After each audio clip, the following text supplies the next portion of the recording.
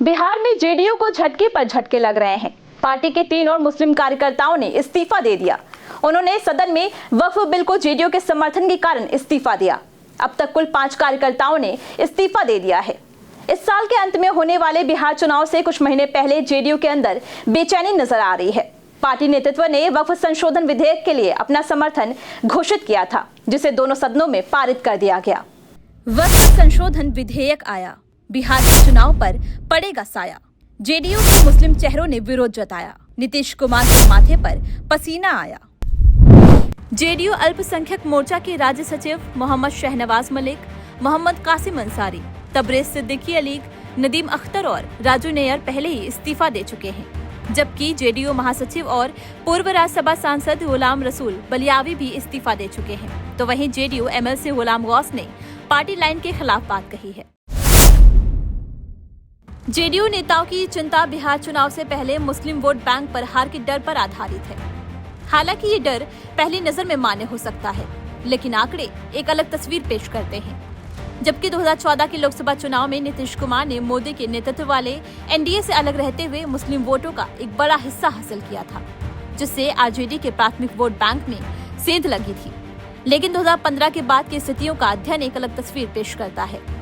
2014 के लोकसभा और 2015 के विधानसभा चुनावों में जब नीतीश मोदी विरोध खेमे में थे, तब मुस्लिम मतदाताओं के बीच अच्छी पकड़ थी। 2015 के बाद जब वे मोदी के नेतृत्व वाले एनडीए गठबंधन में शामिल हुए तो चीजें बदल गई। साल 2020 के विधानसभा चुनाव में जेडीयू गठबंधन केवल 5% मुस्लिम वोट हासिल कर सका।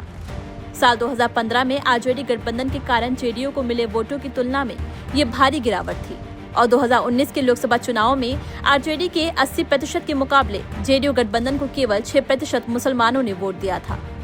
यही स्थिति कमोबेश 2024 के लोकसभा चुनाव में भी जारी रही, जब सिर्फ 12% मुसलमानों ने जेडीयू गठबंधन को वोट दिया, जो 2014 की स्थिति से लगभग 50% कम था।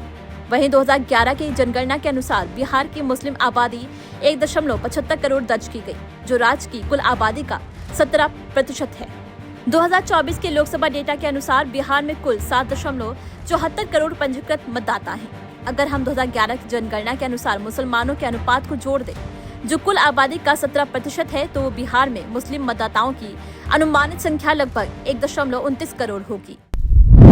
बिहार में मुसलमानों ने किसे वोट दिए, आइए जानते हैं। बात अगर लोकसभा चुनाव के 2014 की बात की जाए तो जेडीयू गठबंधन को 23.5% वोट मिले और इंडिया ब्लॉक को 65% वोट मिले हैं। वहीं बात अगर विधानसभा चुनाव के 2015 की जाए तो जेडीयू गठबंधन को 80% वोट मिले। वहीं अगर लोकसभा चुनाव की बात की जाए तो 2019 में जेडीयू गठबंधन को 6% और इंडिया ब्लॉक को 80% वोट मिले थे। अगर नजर डालें हम विधानसभा चुनाव पे तो 2020 में जेडीयू गठबंधन को 5% वोट मिले और इंडिया ब्लॉक को 76% वोट मिले हैं। वहीं बात अगर लोकसभा चुनाव की जाए तो 2024 में जेडीयू गठबंधन को 12% वोट मिले और इंडिया ब्लॉक को 87% वोट मिले हैं।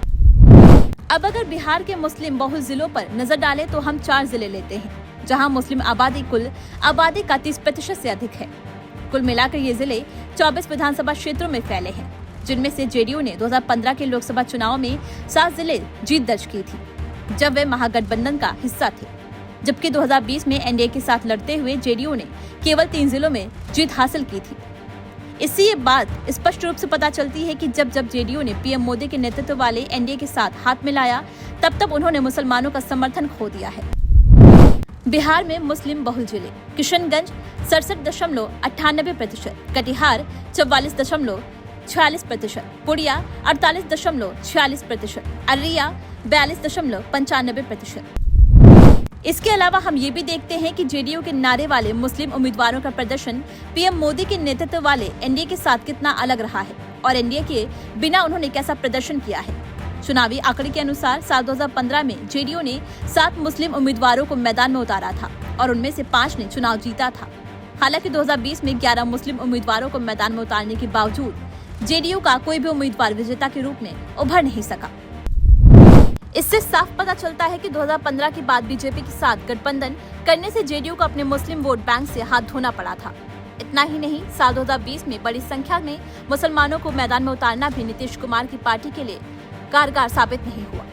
आंकड़े देखकर ये कहना गलत नहीं होगा कि अब वक्फ संशोधन विधेयक का समर्थन करने के कारण जेडीयू को मुस्लिम वोटों से वंचित होने का यह सिद्धांत गलत साबित होगा, क्योंकि 2015 के बाद पार्टी के पास कभी भी मुस्लिम वोट बैंक नहीं था।